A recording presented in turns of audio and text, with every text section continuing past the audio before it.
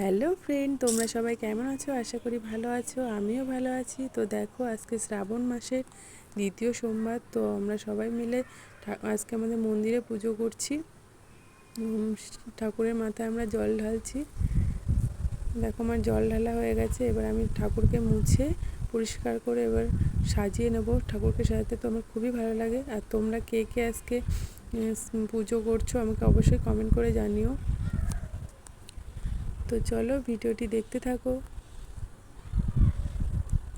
তো আমার সমস্ত কিছু রেডি হয়ে গেছে। দিদিভাই জল ঢালছে।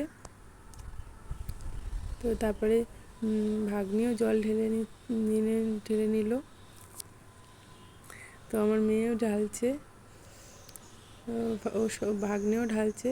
তারপর আমার ছোটো মেয়েও ঢালছে, বায়না করছে জল ঢালবে। ও তো খুবই ভালোবাসে ঠাকুরকে আর বিশাল শ্রদ্ধা করে।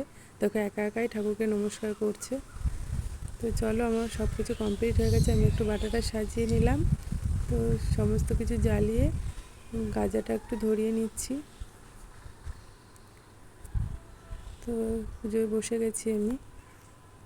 তো ভিডিওটি ভালো লাগলে অবশ্যই লাইক কমেন্ট শেয়ার করতে ভুলো না। তো চলো, টাটা, বাই বাই। সবাই ভালো থেকো, সুস্থ।